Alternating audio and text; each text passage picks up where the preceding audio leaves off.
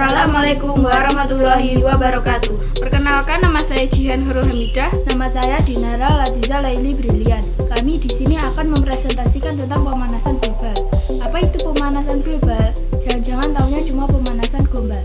Duh, gawat kalau ya. Pemanasan global atau global warming adalah suatu proses yang ditandai dengan naiknya suhu atmosfer, laut, dan daratan.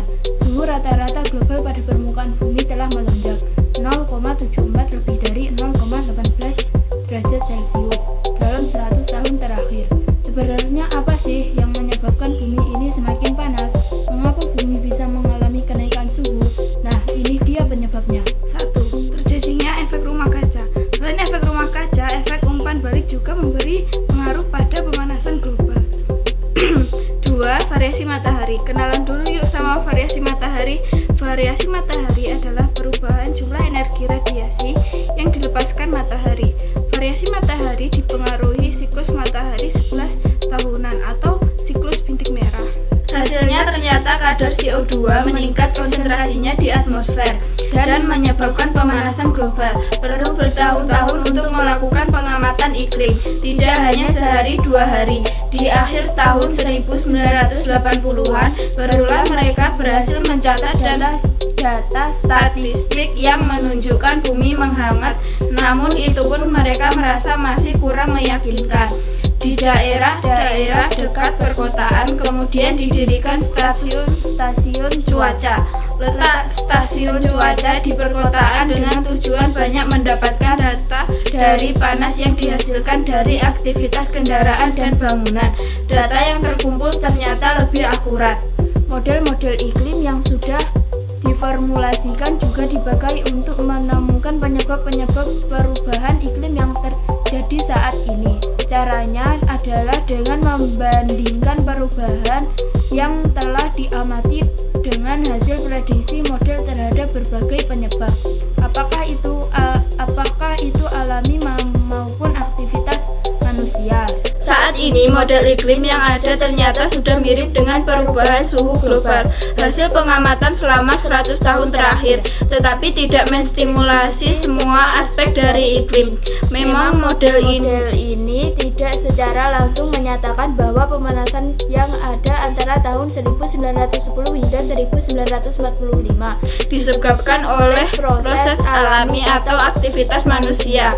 Namun hasilnya memperlihatkan bahwa pemanasan sejak tahun 1975 dimonopoli oleh emisi gas-gas yang ada dalam aktivitas harian manusia. Apa sih dampak pemanasan global itu? Dampak pemanasan global yaitu seperti iklim tidak stabil, meningkatnya permukaan air laut, gangguan ekologis, dan suhu global cenderung meningkat. Berikut ini contoh aktivitas manusia di masyarakat yang menyebabkan terjadinya pemanasan global. 1. Penebangan hutan. 2. Limbah industri. 3. Limbah pertanian dan peternakan. 4. Penggunaan listrik.